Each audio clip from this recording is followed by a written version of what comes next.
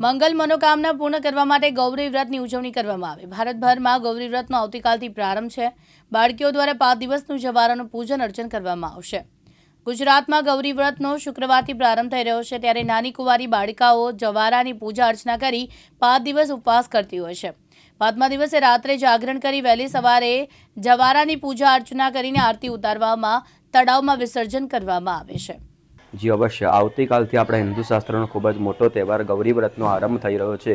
જે રીતે માતા પાર્વતીએ શંકર ભગવાનને પામવા માટે જે ભગવાન શિવજીની તપશ્ચર્યા કરી હતી, એવી રીતે નાની નાની કુંવારી કન્યાઓ પણ પોતાનું મંગલ મનોકામના પૂર્ણ કરવા માટે આવતીકાલથી જે ગૌરી વ્રતનો આરંભ થઈ રહ્યો છે એનો 5 દિવસનો ઉપવાસ રાખે છે અને 5 દિવસ સીધું મીઠું કે કોઈ અન્ન ખાતા નથી, કાજુ બદામ દ્રાક્ષ જેવા ડ્રાયફ્રૂટ ખાઈને અને પોતાના 5 દિવસ એ વિતાવે છે અને 5 દિવસ સુધી ઘરે જવારાની અને ભગવાન શિવજીની પૂજા કરી પોતાની મંગલ મનોકામના પૂર્ણ કરવા માટે આ 5 દિવસની નાની નાની કુમારી કન્યાઓ ભગવાનની પૂજા કરે છે અને 5મા દિવસે રાત્રિએ ભગવાનનું ભજન કીર્તન, શિવજીનું ભજન કીર્તન કરે છે, જાગરણ કરે છે। બીજા દિવસે સવારે વહેલા જઈ નજીકમાં મારા ડાકોરની અંદર ગોમતી તળાવ છે, ત્યાં એ ભગવાનને પધરાવી અને આવી રીતે જાગરણ કરી બીજા દિવસે ભગવાનના એ પારણા કરે છે। આવી રીતે 5 દિવસ સુધી નાની નાની કુંવારી કન્યાઓ ભગવાન શિવજીનું મંગલ મનોકામના પૂર્ણ કરવા માટે આ વ્રત કરતા હોય છે। નિખિલ ભટ્ટ, દિવ્યાંગ ન્યૂઝ, ડાકોર, ખેડા।